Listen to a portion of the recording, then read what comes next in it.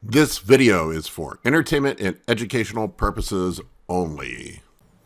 Hey guys, Big Paul here today. What's cracking, motherfuckers? I'm feeling good. I'm full of carbs. I'm ready to answer some questions. I'm not depleted and brain fogged like I was after prep. I'm still a little foggy the week after prep. I'm feeling good now, guys. So I got some good answers for you today. So questions we got on deck.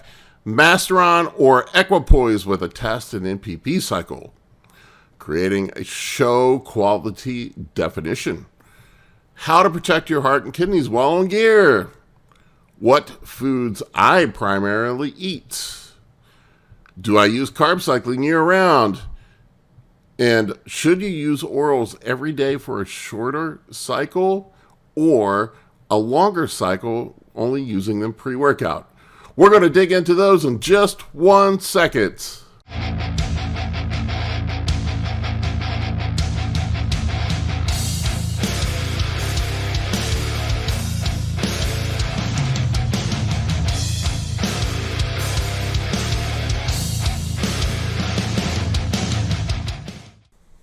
All right, first question here from Carter Fleming. Carter asks, thoughts on Masteron versus equipoise with a Test NPP cycle.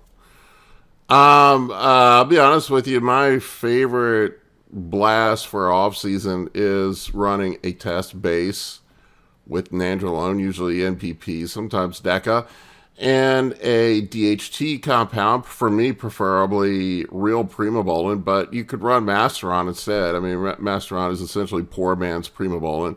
A lot of UGL primobolan that I have seen is actually not a lot, but some UGL primobolan is actually Masteron because it costs like 1/3 of the price of primobolan, and most gym bros can't tell the fucking difference between primobolan and Masteron, and they're very similar anyway.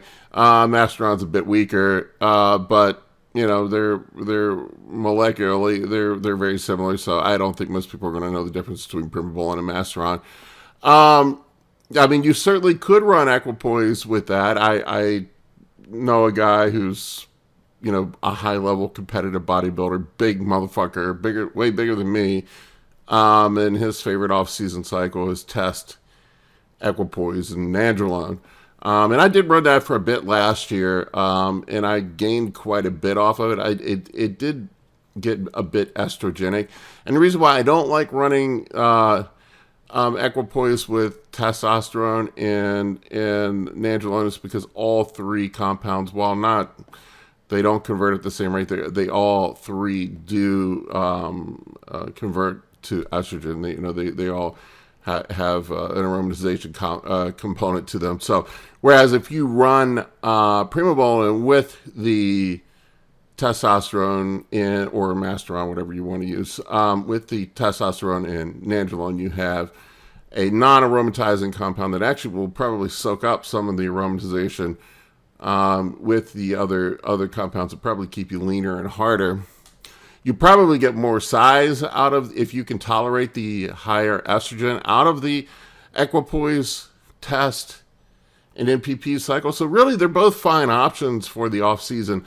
I don't think it would be a good option for contest prep or for getting lean, but if you're trying to get big as fuck, I mean, really, you can go either route. I don't know that, you know, there's a right or wrong answer there. I think it depends on your body composition. If you're a person who tends to convert estrogen heavily and you tend to be on the fatter side, I would stay away from running 3 aromatizing compounds together. I would probably lean more towards test, nandrolone, and a DHT derivative, whether that's Masteron or primobolan, and that's going to keep you keep you drier, keep you from getting puffy, all that good stuff. So really, either one works, but you know, just this is why when I coach people, and this is something I tell people, think there's like a prescribed formula for everybody that works for everybody. There's not.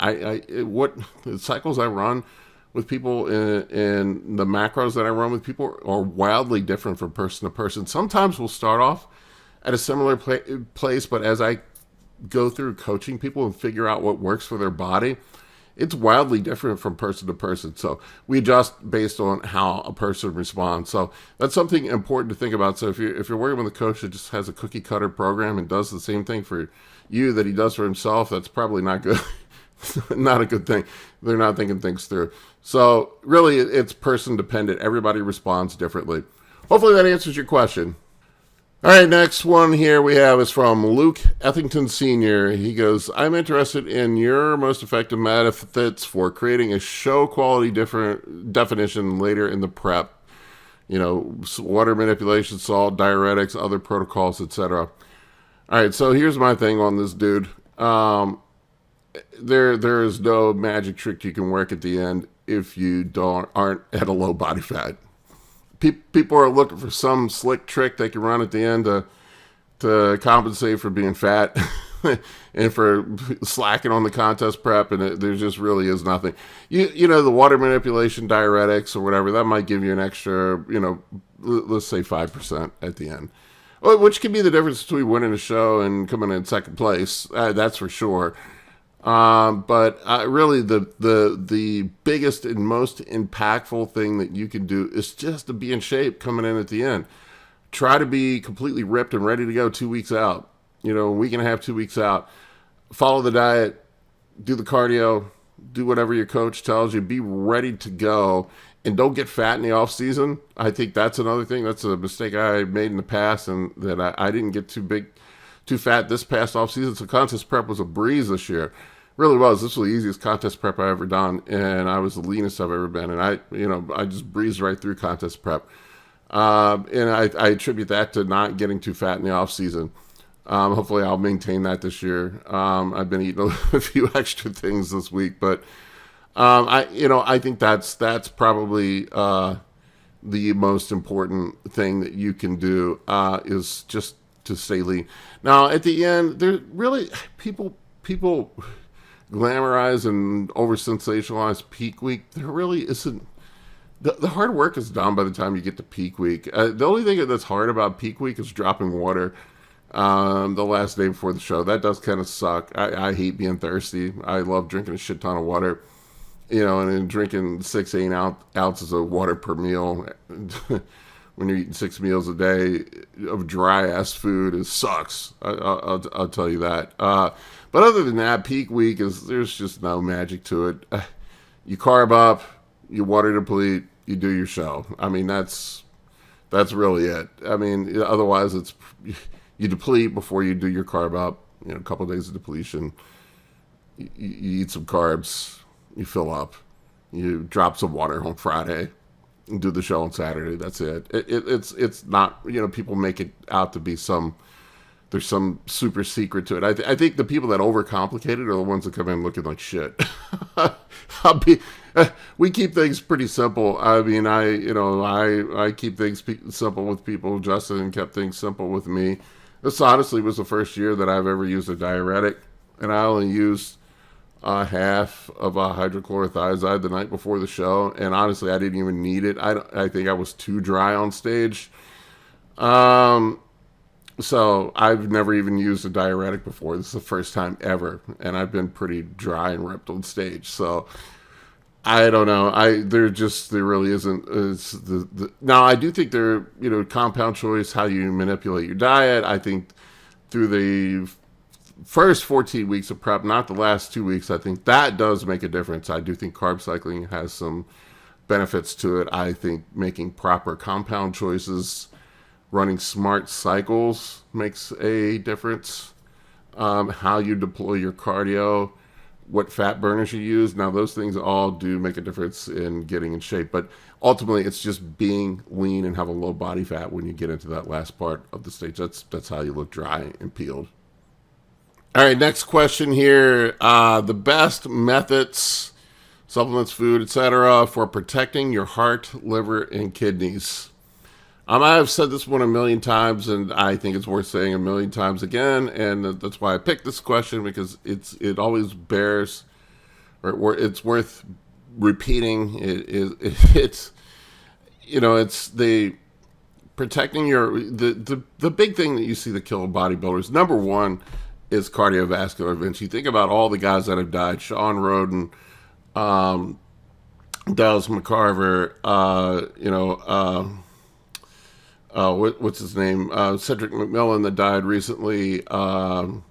George Peterson. They all died of cardiovascular events, heart attacks, or in Boston Lloyd's case, he had an aortic dissection, which is really from high blood pressure. So, and kidneys, you do see some guys that have kidney disease. I know Flex Wheeler's had kidney disease, although I think that was autoimmune related. I don't think it really had anything to do with bodybuilding. Bodybuilding probably didn't help things. Tom Prince had kidney disease. And I have heard this, and I have seen bodybuilders in kidney failure. So I think the single most important thing you could do to protect yourself, your cardiovascular health and kidney health, is maintaining your blood pressure. I just cannot emphasize that enough. That blood pressure is what blows out the heart and the kidneys. And he mentioned liver in here. I have never heard of a bodybuilder dying of liver failure, not once. And maybe there has been somewhere that I missed it, but and I'm not saying that you shouldn't take care of your liver, but I think people fear the liver thing a little too much and don't fear the cardiovascular thing enough. So they don't take that one seriously. So maintaining healthy blood pressure, taking an ARB or an ACE inhibitor is vital for doing that. Staying away from orals in the off season, staying away from Tren year round, things that elevate blood pressure, things that destroy your lipids. That's vitally important too. Maintaining your lipid health. Guys that deliberately crush their estrogen year round and take orals year round, just butt stupid, bad idea. So that's why I don't run orals in the off season. Just some things like that. All right, Andrew D asks, I'm curious to see what foods you actually eat in the meals. I've heard you talk about macros, but you don't actually mention the foods that you eat. Well, the reason I don't mention the foods I eat is because it's pretty fucking boring, I'll be honest with you. I have IBS and I've struggled with it for years, so I really can't get that adventurous with the food that I eat. I sometimes as something as simple as putting garlic or eating some onions and peppers or having a hot pepper or hot sauce with a meal will fucking wreck me. So my meals are crazy bland, dude. They're super boring. They're really bland. They're not that exciting. Usually just salt and pepper. Sometimes, but a lot of times I don't even use pepper. I just salt them. Sugar-free ketchup I use as a condiment. Sometimes I'll use sugar-free barbecue sauce, soy sauce. That's really it as far as I use for condiments. As far as protein sources, I pretty much eat the same protein sources every day. It's chicken breast. I eat cod. I eat, and I don't even eat cod every day. I fucking get sick of cod. I do eat a fair amount of it on contest prep. But in the off season, it's mostly just chicken breast, 95% lean ground beef, and steak. That is pretty much my protein sources all off season. That is it. As far as carbohydrates, I keep my carbohydrates very, very, very boring as well. I mostly eat rice, cream of rice, and I'll have an occasional bowl of oats, but I can only get away with about a cup and a half oats per day. Otherwise, it upsets my stomach. It's just too dense and too fibrous. If I eat anything too fibery, with too much fiber in it, it fucks my stomach up. Same thing with vegetables. I really cannot eat that many vegetables. I have tried, and I know people give me shit about it, but things like broccoli, onions, peppers, all those, cauliflower, all those things just wreck my stomach. I'll get diarrhea if I eat those things. So really, the only vegetables I ever eat is some spinach, and I do eat some fruits. I'll have blueberries, bananas. I do mix some fruits in with my diet here and there. But for and my fats are almonds, almond butter, olive oil. That's pretty much it. I really eat a very narrow, boring diet. Fruits would be bananas, blueberries, oranges, apples. I'll have some apples here and there. But that's it. that's pretty much it on my high carb day. I will throw in some orange juice. I get the Simply Orange, 100% natural orange juice that has no additives in it.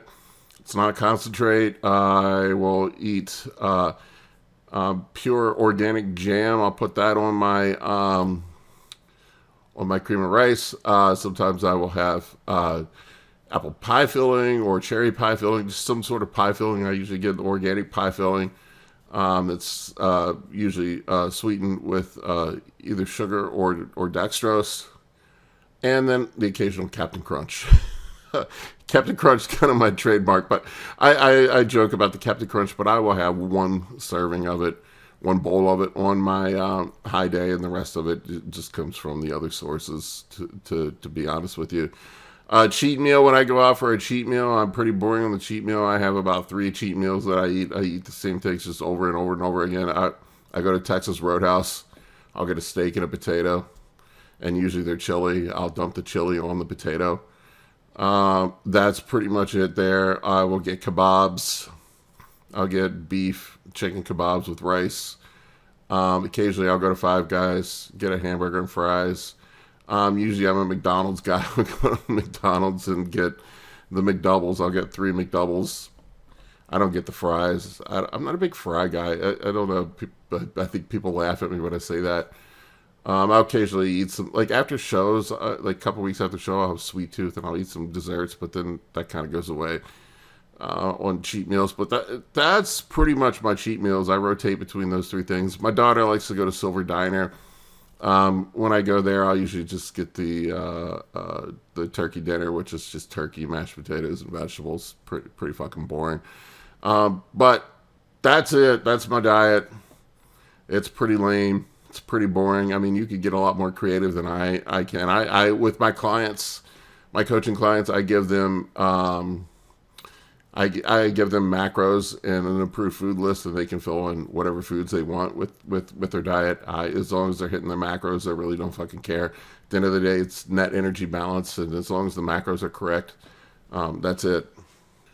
All right, Arcadic18 asked, do I use carb cycling year-round or just on contest prep?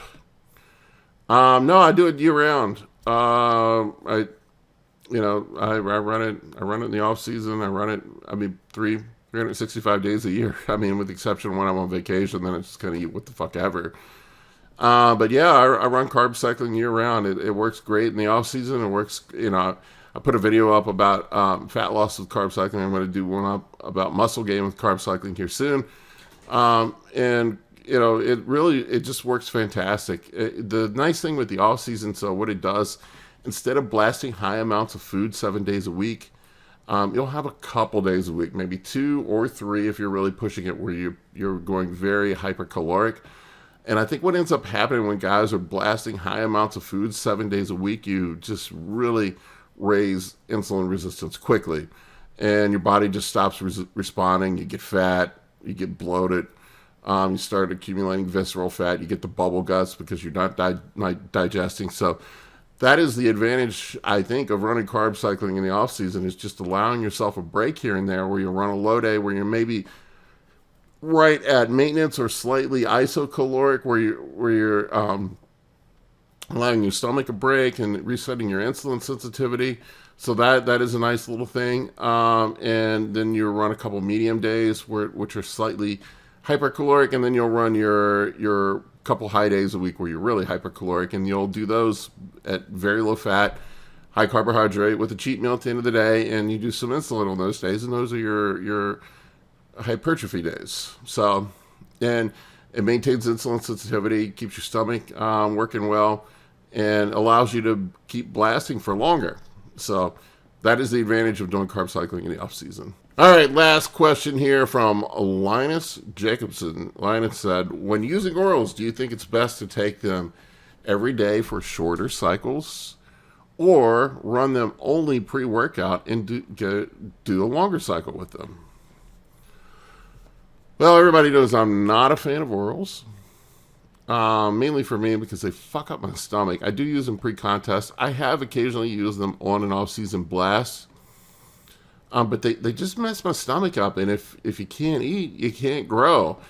And I think a lot of people end up having stomach issues with orals, and they don't realize that they're having stomach issues with them. They get acid reflux, they feel bloated, they feel nauseous, and they think it's something they're eating, and they don't realize it's actually the orals that are causing the problem.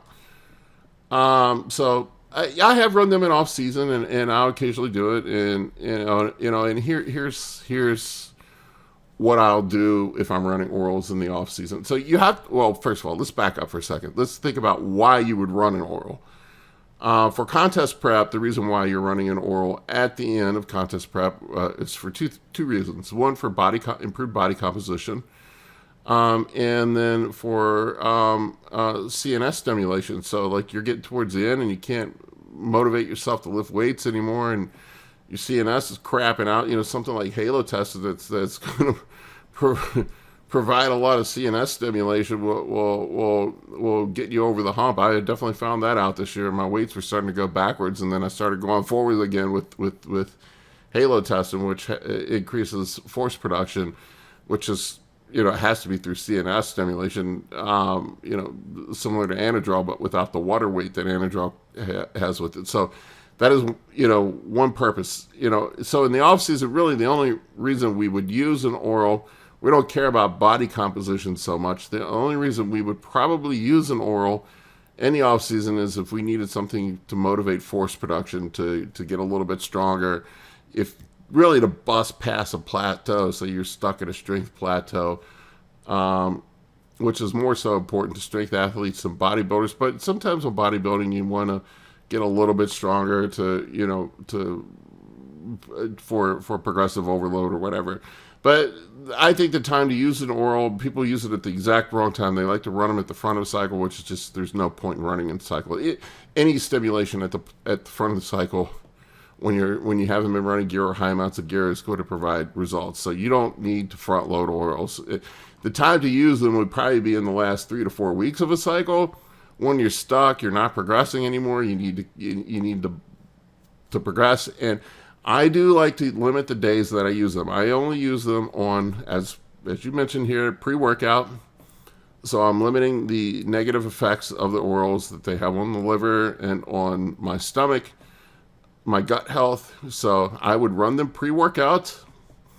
I also take them sublingually. I put them under my tongue, and I do them that way. And with administering them sublingually, I don't, there's not hard evidence on this, but there's been some research done. I think was it Vigor Steve, or was it Derek for More Plates, More Dates? I don't remember. One of those guys had shown a study, and I looked at. I apologize if I botched which one of you did it, but had a study up where they did, looked at oral birth control administration sublingually versus swallowing it, and the potency in the effects were much higher sublingually, and it also mostly missed the first pass at the liver, and it was in and out of the system a lot faster. So if you're looking for that stimulation, that central nervous system drive that you need for strength increase at the end of a long, hard blast where you're trying to bust past plateaus or peak for a powerlifting competition or something like that, I would think running the pre-workout sublingually would minimize the negative impact that you're having on your liver and the negative impact that you're having on your stomach, and maximize the benefits that you're trying to get from them.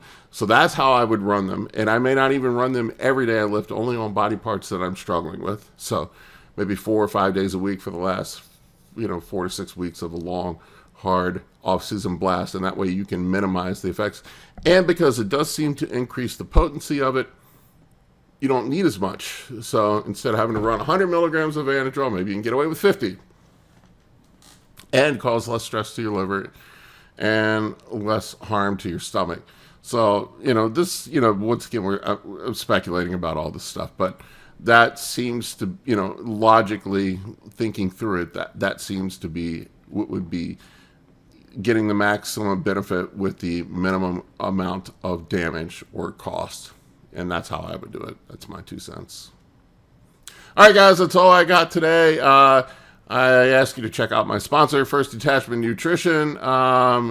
I use all their supplements. I've definitely been using their liver support and their kidney support. They have some really cool supplements that are built for bodybuilders running gear.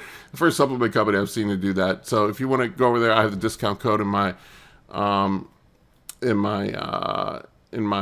description below. It's AB10. I'm working with Evolve Telemed. Discount code there is AB25. They do hormone replacement therapy and a bunch of other health-related stuff that would be important to people in our community. Check them out. Anyway, I thank you guys for watching. Take care. For coaching or consultations, head over to www.anabolicbodybuilding.com to book your spot today. I can help you with optimizing hormones, fat loss, muscle gain, physique, athletic performance, nutrition, and health. For more information, shoot me an email at bigp3rd@gmail.com.